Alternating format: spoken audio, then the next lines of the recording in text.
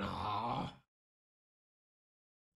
Greetings and salutations to the fans. Welcome back for Game 2 of this best of 3. EG taking on Team Liquid in an NA showdown and in a rematch of the We Play Dota group stage that we saw just a few days ago. Now, EG, as I talked about during Game 1, talked about it a lot during the initial draft phase, just giving the context of where these two teams are both in their play and relative to each other.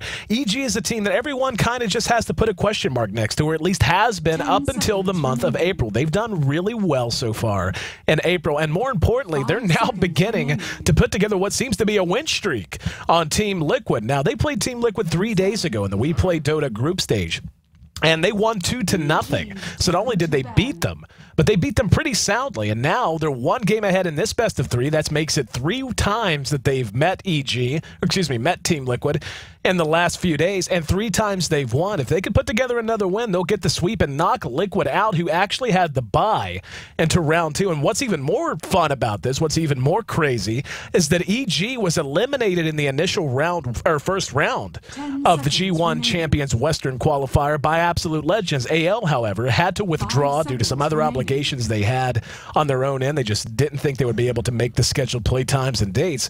So EG got redemption. They got brought back from the grave, and now they're on their way to potentially knocking out one of the favorites to win the entire thing. I mean, whenever you look at the teams that are involved, a few are going to jump out at you. Alliance is one of those teams. Empire, obviously, they fell apart.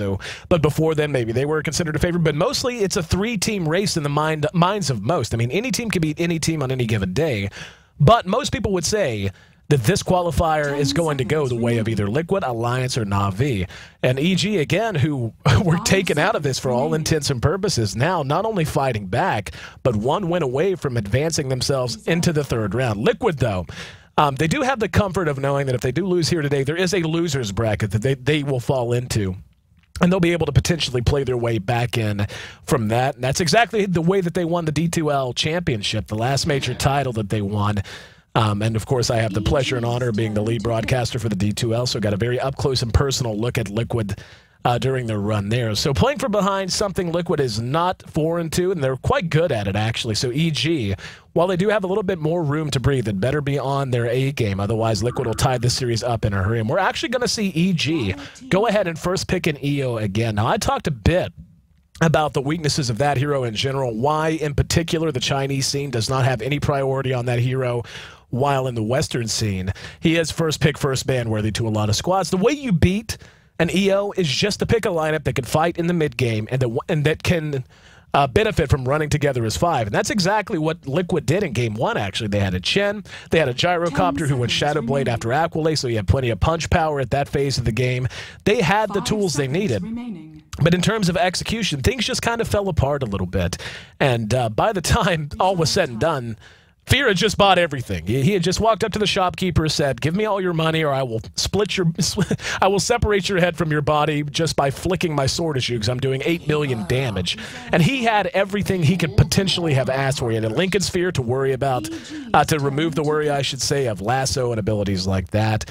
He had an Abyssal Blade. He had a Heart. He had his Daedalus. He had a Mask of Madness. I mean, the guy was just monstrously farmed, and that's what you can do with this Finn. That's the comfort you have with that pick, is knowing that if the other team doesn't just get way ahead of you, there aren't many heroes who, at max capacity, have the potential to outcarry a Finn. I mean, you could talk a little bit about heroes like Phantom Lancer, and you could talk a bit. Oh, but see, the thing about a PL, that's not even a counter pick, because Finn's cleave, especially with a Magnus on team, and we will see Liquid answer with a Magnus pick of their own this time. That just really nullifies the big advantage that a Phantom Lancer gives you. So that's not a very viable counter pick. Tiny, maybe, just because of craggy exterior, but you still have to make sure you have plenty of damage to bring him down. And yeah, there we go, EG. Going to go ahead and grab Tiny this time instead of this Finn. Now we'll see how Liquid wants to answer up with this. With the Keeper of the Light and the Magnus, they're very wide open, very stable. Evil Geniuses, not quite in that regard. I mean, very rarely, once in a blue moon, you'll see a team roll the dice and decide to run an offensive tri-lane with an EO, and it can work. Probably the most creative way I've seen it done is you rush out 2 bottles on 2 heroes, and then you bottle crow 2 bottles at once out of that offensive tri-lane, just so the EO can constantly be replenishing himself, be replenishing the hero he's with. CK really works well if you want to do something like that. In fact, I want to say the one time I saw it done exactly that way. No, I take it back. I think I saw it twice. I can't even remember what team it was. I want to say it was an Asian team. It might have been Rattlesnake, actually. I don't know. I'd have to go back and look. But you get the CK and EO. Then you go ahead and pick yourself up an Ancient Apparition. And through Chilling Touch, your damage output very early. It's just insane. It's extremely easy to proc Cold Feet, so on and so forth. But that's just an option, but not one I believe Evil Geniuses is going to be looking to put to work for them now, as they have picked up the Nature's Prophet. Usually, situation like this, you'll probably see the Prophet either in the off lane or even starting out in the woods. You'll defensively try lane EO and Tiny. Look to get a high-value mid, a hero that's going to bring you a lot of mid-game punch. And, it could come in a variety of ways. We saw Bambo contribute quite a lot with Darkseer. That's a hero that could potentially be run mid and that has not been picked up yet. But with Liquid, we can already see they've got some heroes they're comfortable on. They've got Clockwork. Usually you see a Magnus, I would say Bulba might play it, but with Clockwork picked up, Bulba is one of the more excellent Clockwork players in North America. He's one, Bulba's one of those guys who plays the hero so well that if I get asked who's a good player to watch to learn to play Clockwork, I'll probably say Bulba. One of the first names out of my mouth. Kabu. In the Asian scene is very good as well. But anyway, Liquid with Keeper of the Light, Clockwork, they actually have the potential to offensively tri-lane with those two heroes. Magnus, obviously, generally wants to have a lane all to himself, be the solo mid, even a solo farming mag. Don't really like that much. But if they want to, they can offensively tri-lane. And it can be really problematic for a lineup like we're seeing EG already have. Because what is a Tiny and an EO going to do against the lineup that is so hard to engage in? You try to engage on a Clockwork, he's just going to drop the cogs. Your mana pool is already really small if you're Tiny to begin with.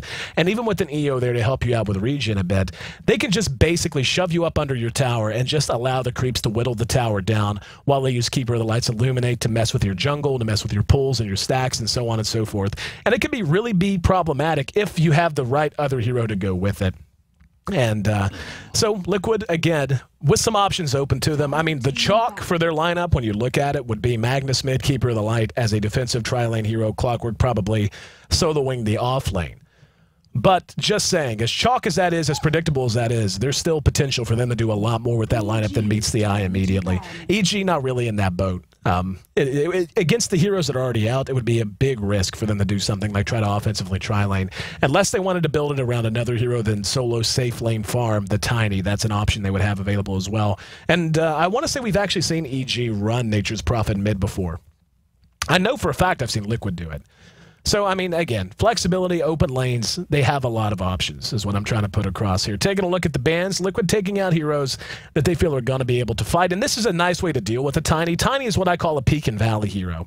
Whenever he maxes out his Toss Avalanche combo, he's really strong. He can one-shot supports. He can damn near one-shot your carry if he gets on top of them, so on and so forth. But at, say, around 25 minutes to 30 minutes, all of a sudden he valleys out. All of a sudden, that's not nearly enough to reliably be able to fight and to be a big factor or a force on the map. That's when you see the transition of Tiny into a carry. Well, it's never really a transition either. Usually players are going to build Tiny as a carry all the way through and just hope to keep that valley period much shorter. And with Liquid taking out heroes like Tinker, like Puck, Tinker in particular I feel like is a really good hero to take out of the mix. Not only because of his split pushing and the ability for him to free the map up for a Tiny once he gets his boots to travel up, but Liquid is going to be able to much more safely push into towers with a hero like that out, knowing they don't have to push into March of the Machines. Now, Puck, same thing. Puck just has immaculate reach. He can really confound any kind of a team that wants to fight early on. The strength of Coil and Waning Rift at the very early levels is actually quite potent. It's easy to just see Puck as an initiator, but he is a great counter-initiator as well because of the silence. I mean, if Magnus is able to blink in, get an RP off, but Puck is right there and able to blink in or able to ride his orb in and then just silence your team once the RP goes off. Right-click at that stage of the game is just not going to be that good. So Liquid taking that out of the mix as well. EG, so saying, you know what, we got a Tiny, and we just don't want you to out-carry that Tiny. Taking the Shadow Demon out makes a ton of sense. Demonic Purge on a hero like Tiny who can be kited even once he is fully built. You don't want to have to deal with that. Don't want to have to deal with Tiny illusions, blowing your own team up once he gets super farmed. Then taking out two of the more potent single-target carries in the game in terms of Anti-Mage and the Faceless Void. So very, I would say, standard drafting. I mean, it's very easy to get inside the heads of these teams. I mean, it's the same thing with Liquid's last ban here, the Queen of Pain. What Liquid wants to do, and is going to want to do, is take advantage of how strong Keeper of the Light, Magnus, and Clockwork in particular are at the middle stages of the game. Gyrocopter is still in the game. That would be a very viable carry pickup for Liquid if they wanted to go that direction. Evil Geniuses, honestly, they have a lot of... There's, again... They can roll the dice here. They do lead the series 1-0. They could try to take a chance to do something unorthodox. I don't think they will. But Tiny is a hero who does like to have some other damage on his team. I mean, Prophet eventually will probably start to build as an off carry. You know, Jo usually the player who's going to be playing your Prophet. He just does not like to build, for the most part, your typical, you know, Midas mechanism for staff kind of a Prophet. He'll get up a mech maybe. And they're going to go and grab Tide. Okay. That, you know, again, jives with kind of what I was saying is EG wants to farm the Tiny. They want to get off to a good start, have stable lanes, keep map control, and not allow Liquid to take that away from them during Tiny's down phase. Liquid, on the other hand, going to be trying to fight, and what better way to give your lane some stability, or excuse me, your towers some stability at that phase of the game and make it hard to engage into them than to have a Ravage to rely upon. So the global presence out of EG is going to be quite massive as well. I mean, you always talk about the potential of an EO +1 to gank anywhere on the map, but now that's a 3-man gank with Nature's Prophet's ability to bounce around the map, be wherever he needs to be, and to contribute what he can to any gank attempt. And Liquid's next pick is really the one that's going to fascinate me. I mean, with the Gyro still available, I think Gyro would be a fantastic pickup. He benefits a lot from Empower, from Magnus. And, you know, again, if it's done chalk, it'll be a carry plus some other high-value hero, probably some kind of counter-initiation. And, yeah, they're going to go ahead and get Rubik. Feeling confident that EG is not going to take away whatever carry they have in mind. Just grabbing that up to begin with. Now, Ravage is considerably more difficult to steal away from someone than Reverse Polarity is. Reverse Polarity's AoE is okay. It's not bad. But it's very easy if you're Rubik to be outside of that and to just waddle up and be able to get Reverse Polarity, as we saw at the conclusion of Game 1, to get it before the Shockwave or the Skewer goes off. Ravage, not the case. Ravage is basically the size of the screen. You have to have a mobility item. And I talked about that briefly, about how I thought it hurt Liquid. The fact that they didn't have a mobility item on Rubik. They're actually going to grab a Chin. Now, that's a fascinating pickup to me. I'll touch on that in a minute. But not having a Force Staff, not having a Blink Dagger on Rubik, I felt like did cost Mike some opportunities to capitalize on his ability to spell steal. We saw him get a few good ones. They actually extended that game a lot longer. I want to say it went 10 minutes longer, if not more, just because he was able to get Fiend's Grip and to use it against Fear whenever he was diving past the racks.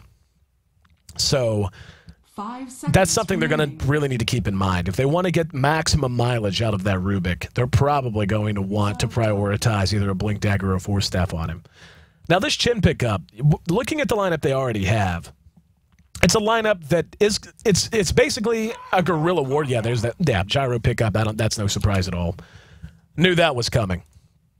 But with the, with that Chin pickup, what's fascinating is when you look at EG's lineup, it screams two things. Nature's Prophet, Tiny EO, they're going to want to basically play guerrilla warfare. They're going to want to get their kills and to make Team Liquid run as 5 as much as they can to try and make them feel to lack any confidence whenever they're split up. And then you have a hero like a Tide Hunter as your anchor kind of a hero that you stick under a tower. He's going to get a little bit of farm, maybe look to get a Blink Dagger. But for the most part, he's just going to be there in case they decide to go all out and commit. He blows Ravage. That gives time for EO, Tiny, and Nature's Prophet to arrive if they're not already there. So the question to me was, which side of that is going to be played into with that last pick? Are they going to pick a support that maybe adds to that in a different way, or maybe they were going to get a Bane just for the Enfeeble, just for Fiend's Grip on single targets and so on and so forth, or were they maybe going to get a more aggressive support? And turns out they just had something completely different in mind. And the way they want to use this Shen, I mean, we may end up seeing... I mean, Fear is going to be playing on the Tiny, so he will be farming him. So no surprise there. It's actually going to be Bambo playing on the Nature's Prophet this time with Milk on the Chin. It looks like or excuse me, Demon will be playing our Tide Hunter. And, yeah, they're actually going to mid the Tide here. So, I'll tell you... Looking at what they have, yeah, Liquid, are they going to off... This is so smart if they do this. I think they're going to offensively tri-lane it and solo farm Korok. And this is kind of what I was trying to get to. I'm racking my brain for how exactly EG plans to get a whole lot out of this Chin early. the problem I have is this is an absurdly weak tri-lane. Just absurdly weak, with a Wisp and a Chen in the jungle, and then a Tiny who has got 200 mana at level 1. All they got to do is put on pressure a little bit. One Illuminate, and that entire one Illuminate that connects on Tiny, and all of a sudden EG's playing on the other side of their tower. And yeah, this makes a stupid amount of sense. This is so smart out of Liquid. TC going to be taking Magnet. I'll run through the lineups in full. But, I mean, giving Demon priority here in mid is A-okay with me. I don't mind that one little bit. I was honestly thinking something along the lines of we might see Wisp Tiny duo mid. But doing it this way, I mean, this is just so chancy to me. And this is going to fall apart if they have a lapse in execution at all. This has the potential to fall apart on them.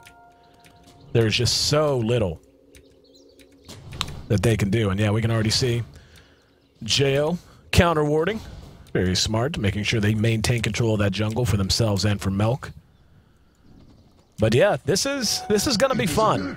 And EG's going to have to play some very tight, very good Dota. Otherwise, this could end up blowing up in their face. And heard the cogs go down. Where are you, buddy? There you are. But so far, just Bulba up against Fear with the Keeper of the Light hanging around the backside. And yeah, I mean, this is what I was talking about. Bulba's just going to be able to bully them around. Look at Fear's mana pool. Fear can't do anything. And yeah, he's going to have help from Jo. But this is just so potent. And with the ability to cog someone after a telekinesis or to telekinesis someone into the cogs, not what you expected. Landing an Illuminate's not going to be difficult at all. Yeah, and yeah, look at this. What was the plan here? Bulba's going to be careful. And wow. Okay, Liquid. I think my question was just answered. Obviously, the game plan from EG was going to be... I could just imagine it. You know, they're in raid call, they're talking, it was like, all right, what we can rely on here is the fact that Bulba is going to just stand and face tank the tower, and we're going to get a kill when we should have had no chance at all. And that'll give us a lead, and then we'll just dominate the lane. I'm just a little stunned. That hurts them quite a bit. That's going to give EG the ability to play a lot more forward and a lot more bravely than they might otherwise. Let's see who's playing who. Melk has mentioned handling Archim. We're going to have Wisp played by Jo. Tidehunter, as previously mentioned, handled by Demon. Tiny going to be farmed up by Fear. And Sexy Bambo playing on our Nature's Prophet. TC on the other side of the river going to be playing on our Magnus. He's setting up shop in mid. Korok going to be farming up the Gyro. Should have no problem farming against the Prophet. Rubik going to be handled by Fluff this time. Mike got other things to do. Bulba's going to be playing on our Clockwork as anticipated. And Mike not on our Rubik in the Hood. But this time, tell me that doesn't look like a hoodie. Every time I see that, I just picture like this little gangster Rubik running around. He's got earbuds in his ear. He's listening to Hypnotized by Notorious B.I.G. Rubik in the Hood. But, anyway. 1-0. EG gets the first blood advantage. And we can already see some movement out of Liquid. They're going to try to rotate to mid here. And this is, you know, one of the weaknesses. Wow, Demon is just right down in there. Yeah, Demon, you're in trouble. He's going to be telekinesis, going to be dropped right on Magnus, right into the skewer. Beautifully done. And Mike actually missed, but it doesn't matter. He missed with the Illuminate. But they're able to get the job done. But in the meantime, Fear is able to continue to soak up some experience. A 1-to-1, Liquid gets themselves on the board. And this tri-lane, again, going a little bit better than it really has any business going for EG at this moment. I mean, Fear's not setting the world on fire, don't get me wrong. He's still just got 9. But really, he should have none. Or a lot closer to none, we'll put it that way. Now, Bulba going to be Avalanche. There's the Tether Stun to follow it up. Tosses him back to Melk, and down go the Cogs, though. And here comes help. Can they clean this up? Bulba will end up being brought down. Now, Fear way up front, and they're not going to be able to get a reprisal kill. Little surprise there. And Mike didn't even get off an Illuminate. Or he didn't get off a secondary Illuminate, I should say. Bulba back up and ready to fight. You look at the health bars. Everyone on EG is hurting right now. But so far, Liquid really has not been able to capitalize as well as I think they anticipated they could on this tri-lane. Oh, Milk. This could be a problem. Oh! Give the man a sniper. That made no sense. Give the man a star on his helmet. Give the sniper a star on his helmet. That's exactly what I was trying to say. But I said give the man a sniper because obviously, since he snipes so well, he needs another one to help him out. A spotter. I should have played it off that way. Should have played it off and meant that I should have said give the man a spotter. But that's okay. 2-2. 4 kills on the board. We're 4.5 minutes into the game. They're both split evenly. And we'll take our first look at the goal graph in about 5 minutes. It's just kind of begun to be what I do, is try to get an idea of where the golden experience graphs stand for the first time every 10 minutes. Korok, the big winner so far. He's sitting at 28 last hits. Demon, despite being ganked, is actually doing quite well for himself, too. He's got 25 there in mid. Mag a little bit behind, but still in the ballpark at 19. And back to Bambo. And this is going to be getting harder and harder for Bambo. If it's played correctly, he'll be able to do some damage to Korok, and we're seeing that now. Treant's just really annoying to deal with in a solo situation like that. He just has to make sure he doesn't allow himself to get into a hole. Don't take too much flak damage if you can help it. Prioritize your own health bar as opposed to whittling at the enemy's health bar. You do that, a Prophet can handle a gyrocopter just fine. Fluff now rotating his way up the top. It's going to dip down into the river. Let's see where he wants to go. Hang on here in mid. Ravage is going to be blown on TC. Milk is there. And Magnus gets the skewer off. But they do manage to bring him down. So good movement out of EG. Nets them another kill.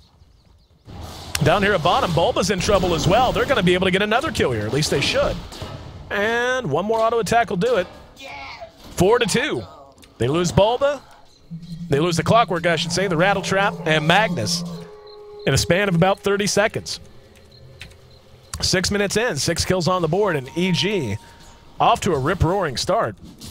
And again, seeing the way that these tri lanes shaped up, I'm still a little surprised this is taking place. I mean, and don't get me wrong, EG's done a great job. But the advantage in that offensive tri lane should have been Liquid's, and they just kind of threw it away and have yet to regain it. And because of that, Milk is feeling a lot more comfortable moving around the map. Jo and Fear are playing a lot more aggressively now. Bambo might be in trouble. TC's there. He's got an RP if he wants to spend it. Gonna go ahead and skewer him, and just gonna use it to make sure. And call down. Call it fireworks. Send the man off with a 2-gun salute. 4-3. Liquid does make up a little bit of ground. Not the highest priority kill there, but a decent one. Picking off the Prophet. Prophet, so far, doesn't look like he's going to be picking up a Midas. Usually, I mean, especially there. I take it back. He might just be saving for the recipe. You would think he would have bought a Glove of Haste as soon as he got skewered, if he was, though. We'll see. Demon, level 7, has his bottle. He's actually got enough for arc boots. Yeah, they're just going to go on Fluff, and beautiful transition from Bambo.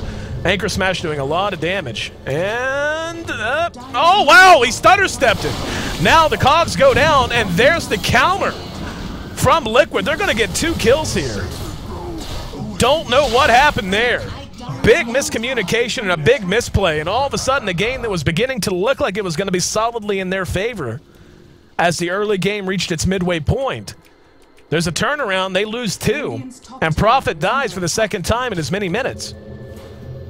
And yeah, that was just goofy, for lack of a better way to put it. Either way, Liquid reclaims the kill lead. Taking a look at Mike, we can see he's now stacking these Ancients. Bottom tower is under attack. And Fear back at the base, or at least he was, has rotated to top now to farm. And we'll see how they want to play this out. Liquid, at this point, with the mag being level 8, he's got an Invis rune. Gyrocopter, looks like he's going to go drums. He's not going to complete his Aqualay. He's got a bottle, he's got a bracer back at the base. Get himself up a set of drums, then he'll make his decision after that. But, you know, again, with the Tiny on the board, there is going to be a window of opportunity so long as you keep it close. And that's going to be what they build for. They're going to build for... Oh, hang on. Oh, Korok. There you go. Relocate, toss the Wisp, and down he goes. Bambo there. TC's there, though, and now he's got Fluff. RP's going to catch 3 if he wants to spin it, and he does. Do they have the damage follow-up? There comes the Illuminate from downtown. Oh, that's such a ball buster. They're going to get Bambo. But, oh, hang on. Just heard a Ravage go off. And, yeah, Demon ravages using Anchor Smash. Mike forced to use his wand charges. Now thinks better of it, has to withdraw. And we're going to see them get a return kill on Bulba. Jo might end up dead. Illuminate catches a couple. 2 down on each side. What did he get? He got Anchor Smash. Actually, he got Gush. Uses it. There are a lot of flying heroes in this game right now. A lot of heroes being tossed about by Fear. In the end, it's a break even, at least for now. Korok pursuing out, or looking to pursue out, following his respawn. Was going to check the health of Wisp and Tiny to see how narrow their escape was. Speaking of narrow, IX Mike with every bit of 18 hit points. And then heard the Ravage sound. Demon went in and Demon Army style, marched himself in and used the Ravage. 7-7 as the dust settles, though. And we're right at 10 minutes. How about we take our first look at the gold graph? No surprise, the kills are close, the towers are even, and the gold just a little bit outside of that central line. 500 in favor of EG right now. The experience right around that difference as well. But to me, that's a win for EG. Given what Liquid drafted, given how much of an advantage this tri-lane should have had, the fact that EG has any lead, however minute, is pretty good for them, to be frank. And soon we're going to see Chen, no doubt about it, get himself a mech. Yeah, he's already got the headdress. He's got enough for the buckler right now. So he's about 800 gold away from completing it. Liquid under cover of smoke, looking for a target. They do drop a very aggressive ward. If they can capitalize on this, I mean, this is what their lineup needs to be doing right now. They don't want to be in a situation like they were last time. And then another really good ward, by the way. I love that ward spot. So good. Especially at this stage of the game. This piece of real estate here is just such a thoroughfare of movement. Radiant's top tower is under attack. But don't want to be in a situation like they were before where they just let Fear get out of hand. Bambo in the meantime split pushing bottom. Mike is there. He's level 6, so can TP someone in if he needs to via his ult. Not TP, but bring someone in. Teleport. And Liquid looking for a potential dive here. Demon's over in the woods. The Wildkin Ripper up. Hang on. Oh, Fluff, you better run, son. Avalanche uphill. TC's going to skewer. Manages to catch just the one, though. They do manage to kill one off. And Hand of God going to be spent. Good. Sprout. There's the Ravage. Going to catch 2. TC cleaned up. And EG is just rolling right now. And again, with the Chin pickup, you expect... This is kind of what was bizarre about that pickup to me. They have a lineup that looked very defensive, that looked, well, excuse me, not very defensive so much as guerrilla style. Defend, defend, defend, go get a kill. Defend, defend, defend, go get a kill. And now, very good hook. They manages to catch 2 with the cogs. Bambo's trapped in. Here's the call down. No real way to answer this. Bambo is going to end up dropping. Bulba makes it away with less than half health. So they get 1 return kill at the very least. And in the meantime, Tiny has taken a tower. And Demon, donk. Eats that, but more farm for Fear. And yeah, he's only 1,500 gold away from his scepter. In a tri-lane that should have been very problematic for him. Should have been very problematic for him. And the way they're doing this is actually really smart. They're you know, now that I look at it, I mean, obviously hindsight's 2020. They're basically playing that same guerrilla style kind of approach that I thought they would. I mean, it's not that I'm brilliant. I mean, it's just obvious whenever you look at the draft they had with Tidehunter, Tiny, then the global presence of EO and Nature's Prophet. But what they're doing is incorporating the Chin in a way that is effective for both. They're moving Chin slowly across the map, then just synergizing whatever global presence ganks they want based on his positioning, and they're playing very reactionary with him as well. 13 minutes in, we got 17 kills on the board. A lot of action here in game number 2. If you're just tuning in, this is game 2 of the best of 3 between EG and Team Liquid here in our second round of the G1 Western Qualifier. I'm AC here on One More Game TV2. Hope you guys are enjoying yourselves. Make sure, again, to check out G1.2p.com, your coverage hub for the G1 League. Asian Qualifier, already donezo. Western Qualifier, still plenty ahead. So all of your information, schedules, brackets, you name it, you can find it right there at G1.2p.com. So, Mike making his way to headdress. Right now, both teams have stabilized a little bit. We can see pressure being applied in a few different places. Liquid, to be honest, is beginning to seem a little bit scattered. And Up, here we go. We're going to have a fight here in mid. There's a hook. Going to catch up with Jo. Demon has Ravage in 5 seconds if he wants to spin it. Reverse Polarity is going to be available too. Down go the cogs, and Demon going to think about it. Call down's there, and nope, he's not going to use it. Just sacrifices himself. Instead of blowing the Ravage. He's going to be back up in 28 seconds. And probably the right call to make there. In the meantime, Bambo continues to split push. So even if Liquid decides to take, or try to take this tier 1, they should get an exchange for it. Someone needs to react to that sometime soon. Fear just continues to farm away. Just continues to farm away at this point. And yeah, look at this creep wave. Trance, creeps, you name it. We got one making his way up here. That's TC. He can, of course, melt the wave down. But the top tier, the mid tier 1, continues to stand. So will the top tier 1, but it's going to be quite a bit lower. Back to the gold. We can see it was up in EG's favor. A couple of fortuitous ganks and kills for Liquid, though, helped them out considerably. The experience has actually gone the way of Liquid now at this point. So another very tight game, and what could be another game that goes very, very late. And yep, Mag going to go ahead and deny this tower. See, yep. A little bit of an infusion of gold for EG. Not quite as much as they would have liked, but still not too shabby. That mech going to be done at about 600 gold on IX Mike.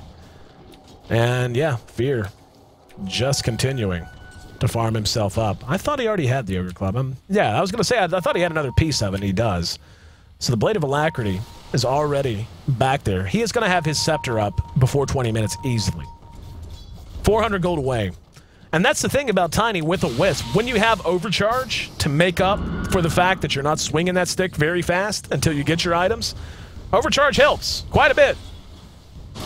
So once he gets Scepter, he's going to be able to start team fighting. And usually, again, the peak and the valley nature of Tiny and the way you build him and the way his effectiveness tends to feel throughout the game, he's going to be able to fight much more effectively than he would with any other hero. Any other hero on the team. And yeah, 300 gold away, so he's basically got it now. TC's very close to his Blink Dagger. And this, as is always the case when you have a Magnus in a game, Blink, Reverse Polarity going to be a key factor, but even more so in this game.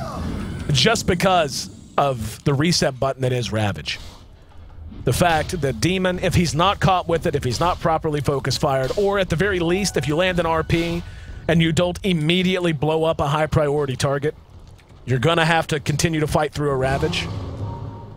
That just makes the value of that ability and the execution of it that much more important. So far, again, teams both beginning to stabilize a bit. Both looking for that timing window. Both looking for some key items. TC has his Blink Dagger now, so that'll help out considerably. Mech is complete now on IX Mike. Bulba. We'll see what he wants to build. Looks like he may be getting himself up a set of treads. Back to Demon. It's about 800 gold away from his Blink Dagger. And Bambo has yet to make a major choice. Could one-shot by his treads right now if he really wanted to. Don't think he's going to be getting a 17-minute Midas, so pretty sure we can write that item off. And Liquid just holding the line. But the thing is, I mean, as good as Gyro is, I feel like holding the line is actually a benefit for EG. Because it's not going to be too much longer until Fear can... Yeah, I mean, he's already got up his stick. Swinging the Scepter. And, yeah, I mean, with Overcharge adding to his attack speed, one of the big weaknesses of the hero is all but erased. And he's just going to be able to farm faster and faster and faster here in mid. Looks like we might have the makings of a fight. We'll see when EO and Tiny want to commit. So far, Liquid just rattling their saber. More time for Bambo to farm, more time for these two to farm. And they can push this until the very moment that Liquid commits. Demon has to be careful, though. He's going to have Arc Boots up in 4 seconds, but has to watch his mana. Being caught without Ravage. Oh, wow. Chen actually sent him home. So he's not there. Looks like they're just going to sack this. Here comes the TP back from Demon. And are they going to try to re-engage? Yeah, I mean...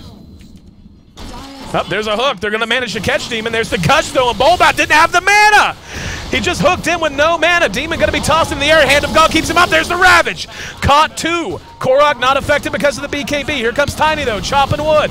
Fluff Really low, as is Korok. They're going to manage to clean up at least one. In the meantime, though, you can even see where Tiny went. Korok going to be bailed out by TC. Don't think they can follow it up. TC may have just sacrificed himself there. Bambo did TP in. Yep, there's the toss avalanche. And what did he get? Looks like he managed to get toss. So Melk actually goes on a killing spree there. They end up trading 2 for 3. They did lose the tower, but they're going to get the return on this tower here easily. And 2,200 gold in Fear's inventory. This Tiny is getting big quick.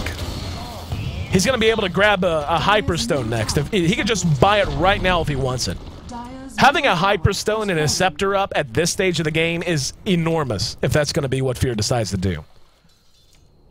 He could end up going something like a Manta style. Very stable way to build him. He actually is buying a Helm of the Dominator. Okay, now that is interesting.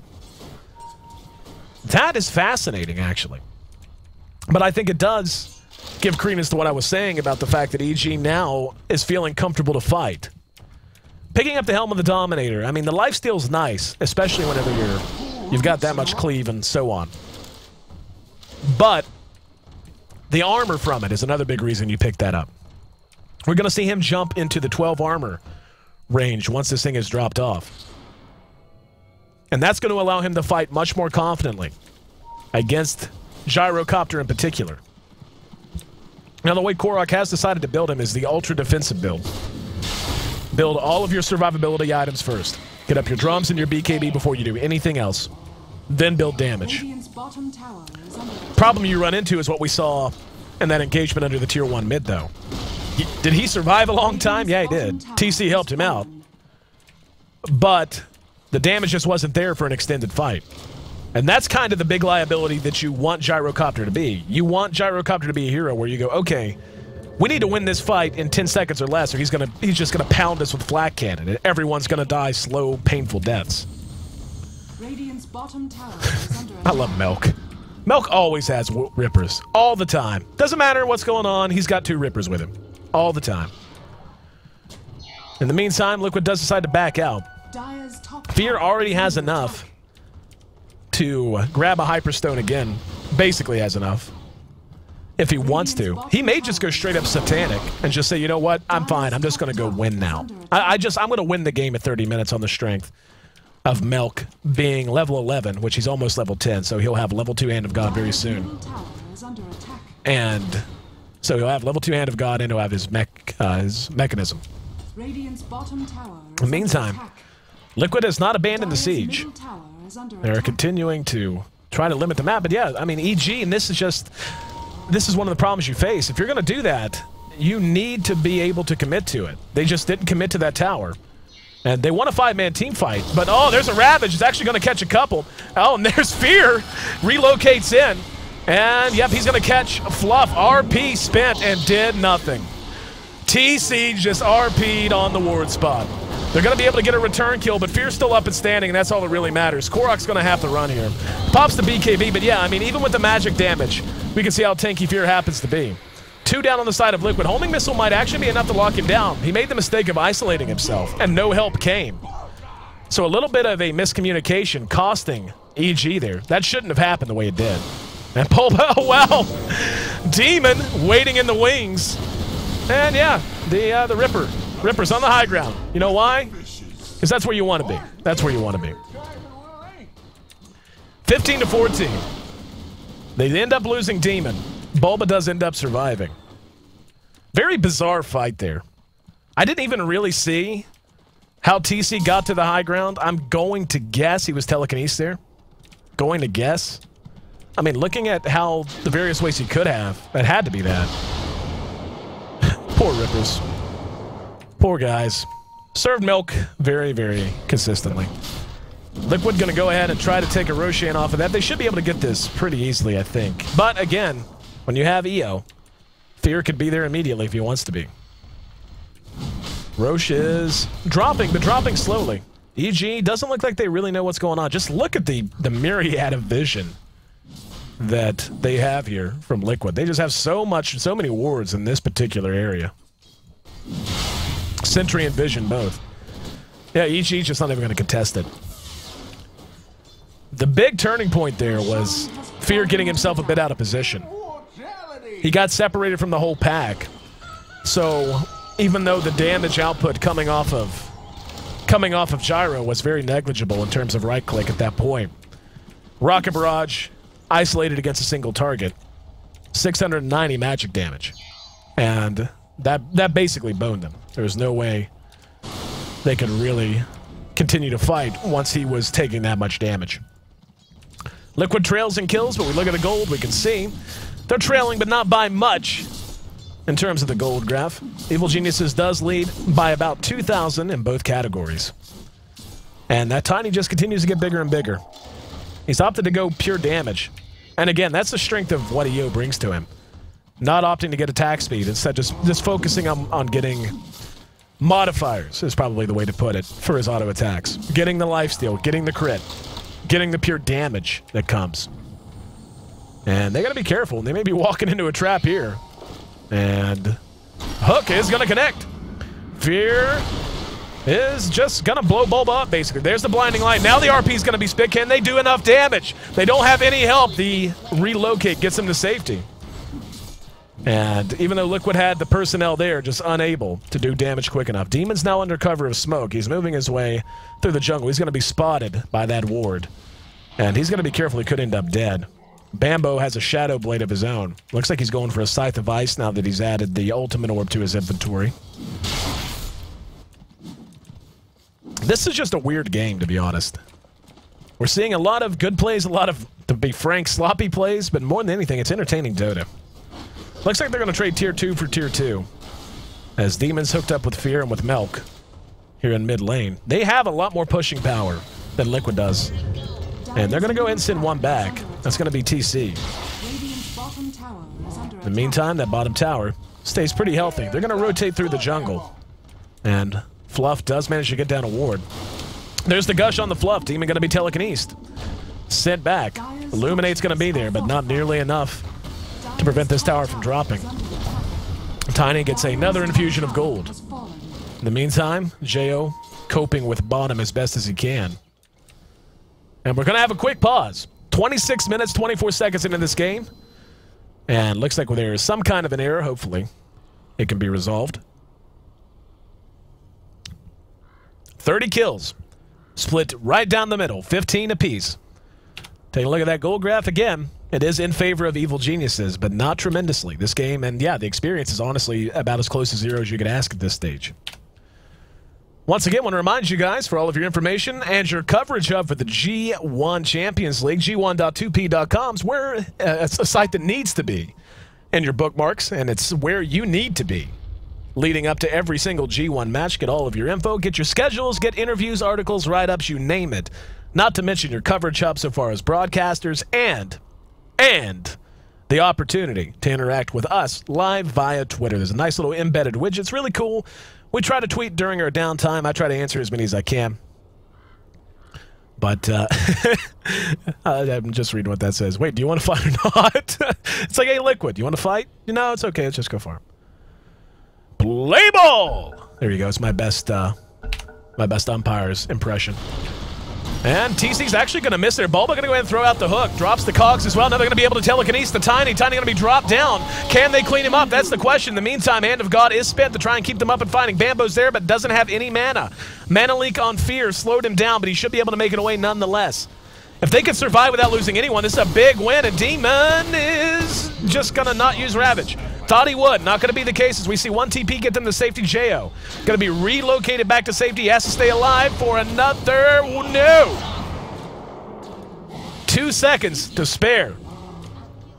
So EG takes the tower, but it costs him 2 heroes. Keeping Fear alive, though, very important. Let's go 2,600 gold. Gonna be able to pick up a Demon Edge right now if he wants to, though. Every time I've said an item he's gonna pick up, he picks up something different, and he picks up a piece. Like he didn't get a Satanic or build a Satanic, he got a Helm.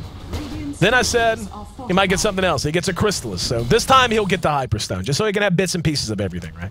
Radiant's top tower In the meantime, Liquid does manage to bring down the Tier 1 top. They're going to try to TP react here. TC's right there. He's got an RP. He's going to spend it. Manages to catch them both. Bulba right beside them. And a beautiful skewer catches them both.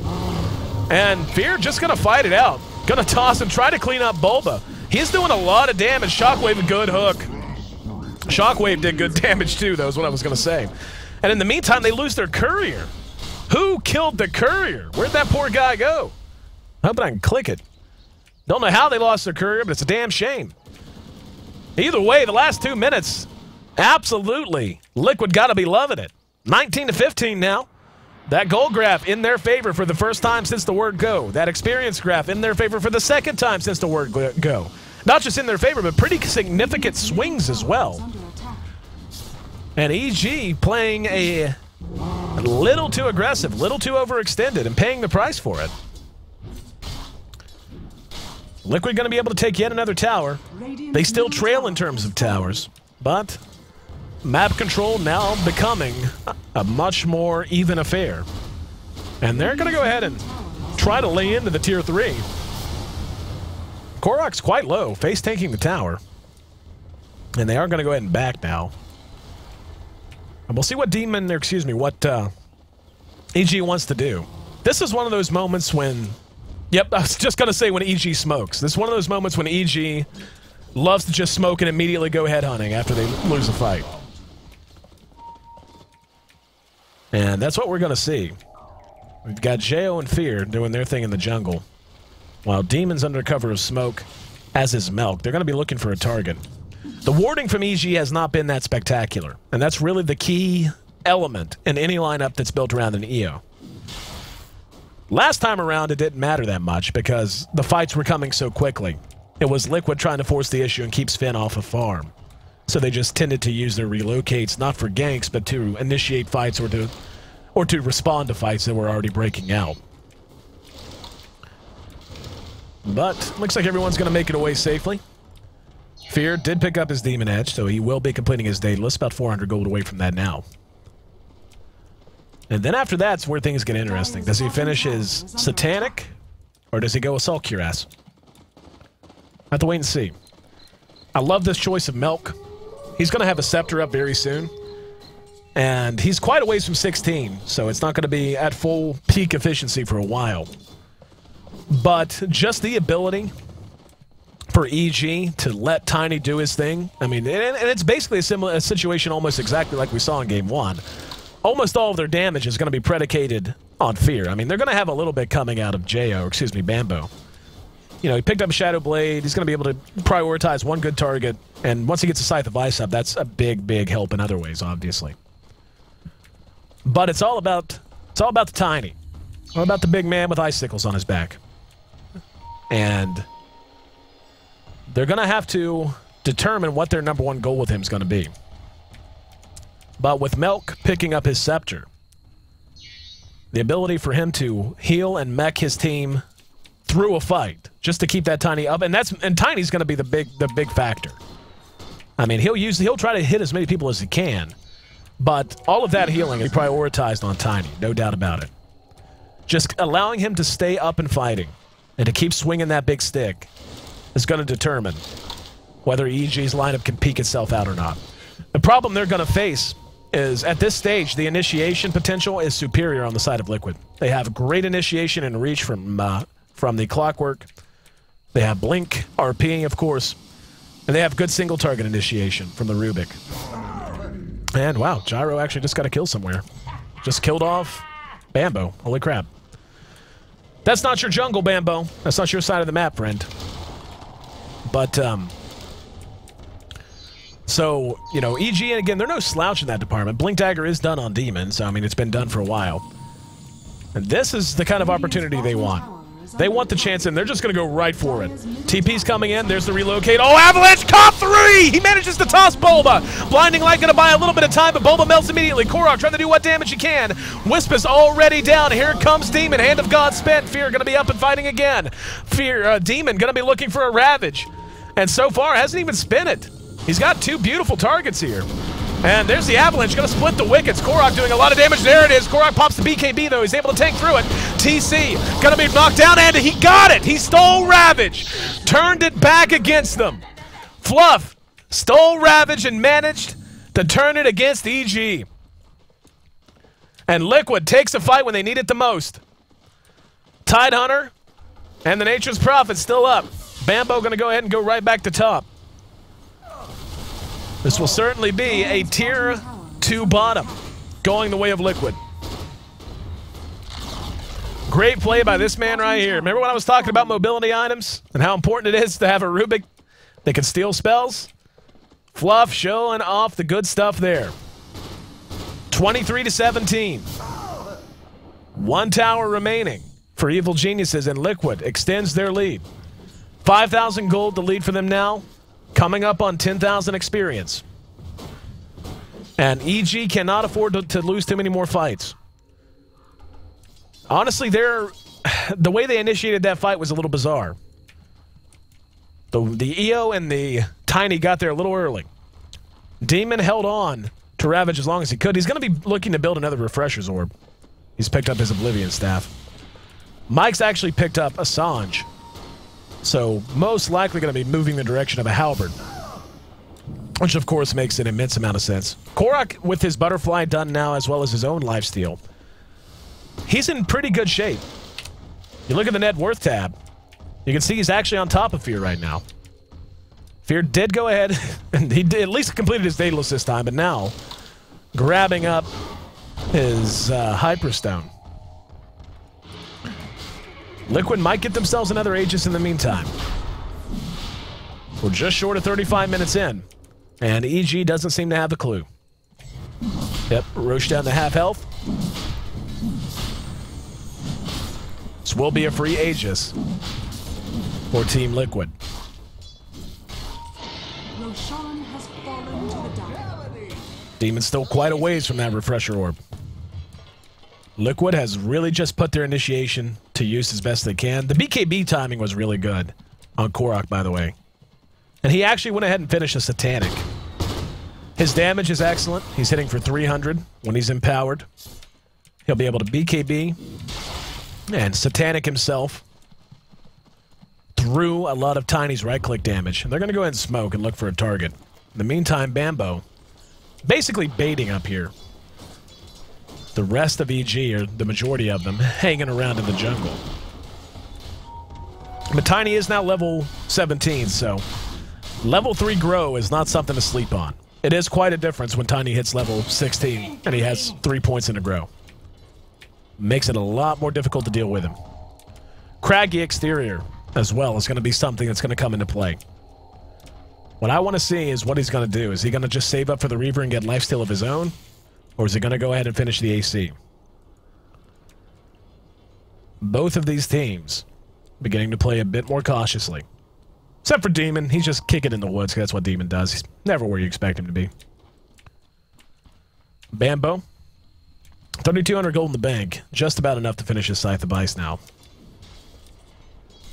Mike a ways from Halberd, unless he's got it on the way to him. And he does. So Mike actually did just finish his Halberd. That's a clutch item for them.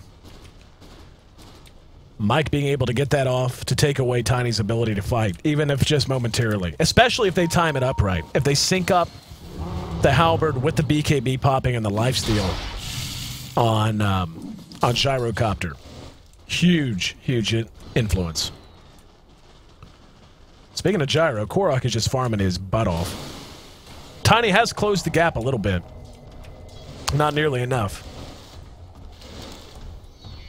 And at some point, EG's just going to have to commit to try and take a fight. And Liquid says, you know what, that's fine, guys. We'll just push your tier 3. Korok is hitting hard and hitting very, very fast.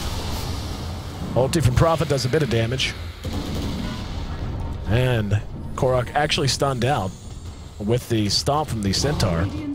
Yep, and Fear just says, I can push faster than you, and he can.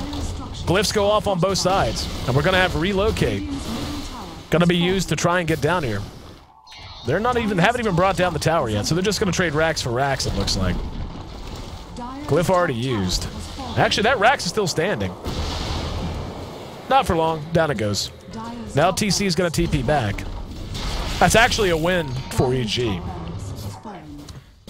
And if they get Korok, it's actually a real big deal.